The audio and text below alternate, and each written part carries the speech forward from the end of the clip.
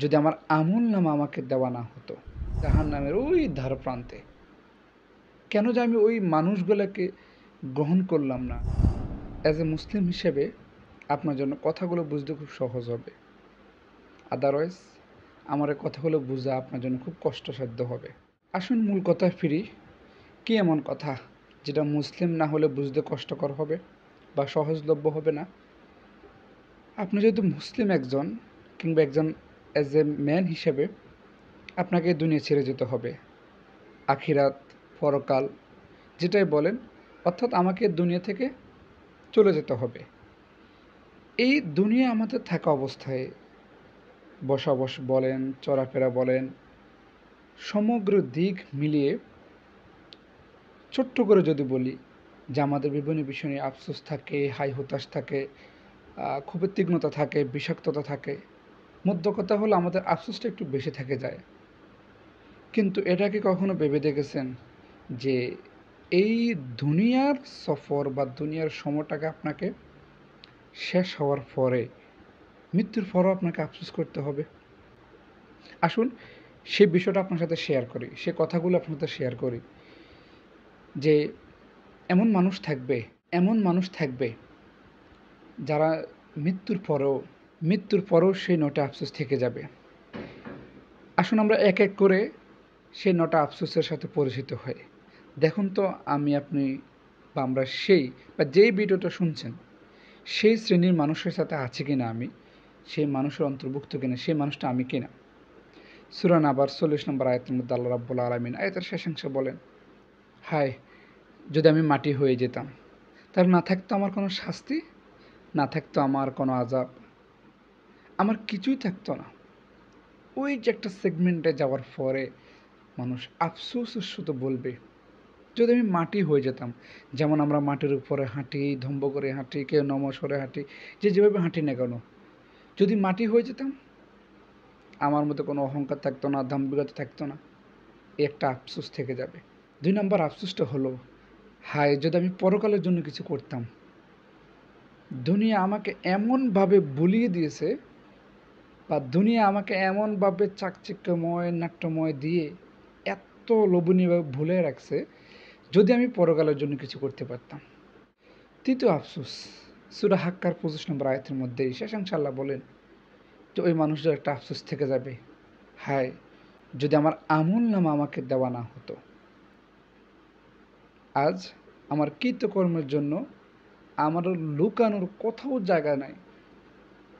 যে কর্ম আমি করেছি দুনিয়াতে, যে তো খারাপ কাজ আমি দুনিয়াতে করেছি, এই আমার সকল অপকর্মের জন্য এখন আমি কোথায় লুকাবো? ইস, যদি আমার আমলনামাটা আমাকে দেওয়া না হতো। চতুর্থ যে আফসোসটা মৃত্যুর পর করবে মানুষটা, যে হায়, সূরা ফুরকানের 27 নম্বর আয়াতের মধ্যাংশে, যে হায় যদি আমি ওই অমুককে বন্ধু হিসেবে গ্রহণ না করতাম, তাকে যদি আমি বন্ধু না বানাতাম, তাকে বন্ধু হিসেবে যদি আমার জীবনের মধ্যে আমি তাকে সংগ্রহ না রাখতাম, বা আমার জীবনে একটা ফাট না করতাম তাকে বন্ধু হিসেবে, তাহলে তার ওই যে চাকচিক্যময় কথা, হ্যাঁ, চাকচিক্যময় দুনিয়াবী লোভনীয় যে তামাশা,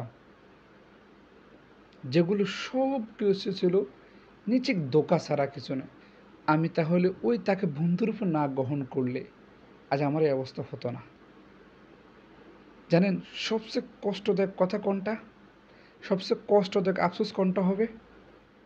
সূরা হাজাবের 66 নম্বর আয়াতের মধ্যাংশে মানুষটা আফসোস করে বলবে, হায় আফসোস যদি আমি আল্লাহ এবং আল্লাহ রাসূলের আনুগত্য করতাম।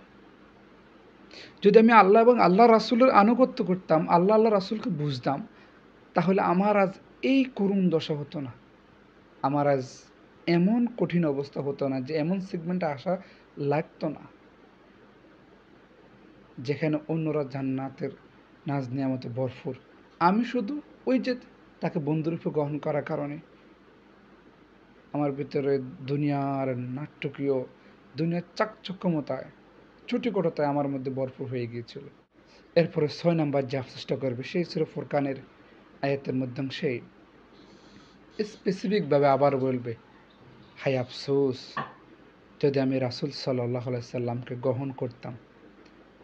যদি আমি রাসূল সাল্লাল্লাহু আলাইহি সাল্লামের পথটাকে গ্রহণ করে নিতাম, তাহলে আজ আমাকে কোনো পথে আমাকে এই বিপথগামী করতো না।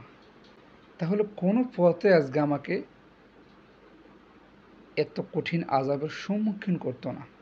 সূরা নিসার ৭৩ নম্বর আয়াতাংশের মধ্যেই আরেকটা কষ্ট, আরেকটা আফসোস তুলে ধরেছেন আল্লাহ রাব্বুল আলামিন, যে ওই মানুষগুলো আফসোসগুলো এমন করবে, হায় আফসোস! ওই যে আল্লাহ বলেছেন না, মুমিনরা সফলকামী, মুমিনরা সফল হবে, মুমিনরা সফলকামী। তখন এই মানুষগুলো আফসোস করে বলবে, আমি যদি ওই সফল মানুষটার পথে থাকতাম, আমি যদি ওই সফল মানুষটার সাথেভুক্ত হতাম, আজ তারা হাসিতে জান্নাতে আছে, আর আমার ঠিকানা কান্নাতে কান্নাতে অজস্রেই জাহান্নামের ওই ধার প্রান্তে। কেন যে আমি ওই মানুষগুলোকে গ্রহণ করলাম না, ওই সফলগামী যাদেরকে আল্লাহ বলেছিলেন যে এই মুমিনটা সফল। আমি তো শুনেছি, আমি তো আহ্বান শুনেছি, অনেক শুনেছি, অনেক জেনেছি, না রাসূলকে গ্রহণ করেছি, না আল্লাহকে গ্রহণ করেছি, না তাদের সমন্বয়ে মুমিনদেরকে গ্রহণ করেছে। এজন্য তারা আজ হাসতে হাসতে জান্নাতে আছে, আর আমি কাঁদতে কাঁদতে জাহান্নামের ওই দ্বারপ্রান্তে।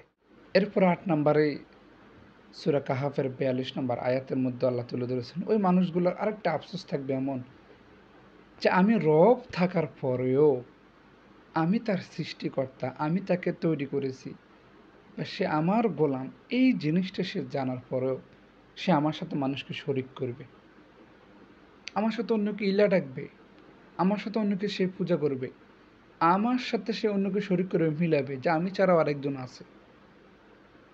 কিন্তু ওই সময় গিয়ে আফসোস করবে, আহ হে আফসোস!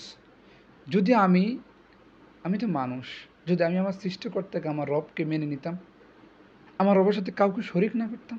জানেন ৯ নম্বর মানুষের আফসোসটা কেমন হবে, কখন করবে? সূরা আনামের মধ্যে আল্লাহ বলেন, ওই মানুষটার আফসোস তখন হবে যখন তাকে উল্টো করে আগুনের উপরে বাঁধা হবে, ঝুলানো হবে। এই যে আগুনের উপর ঝুলানোর পরে, বাঁধার পরে, তখন সে বলবে, হায় আফসোস!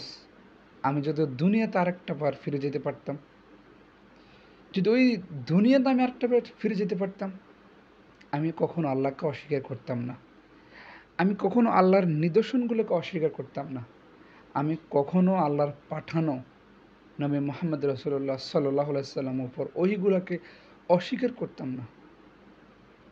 দেখেন, দুনিয়ার জিন্দেগি তো আপনার আফসোসে হাই হতাশে যাবেই, কিন্তু যদি ওই মানুষটার দলভুক্ত আপনি হন, তাহলে মৃত্যুর পরও আপনাকে উল্লেখযোগ্য, আমি ৯টা শেয়ার করলাম আপনার সাথে, এই ৯টা আফসোস আপনাকে করতে হবে।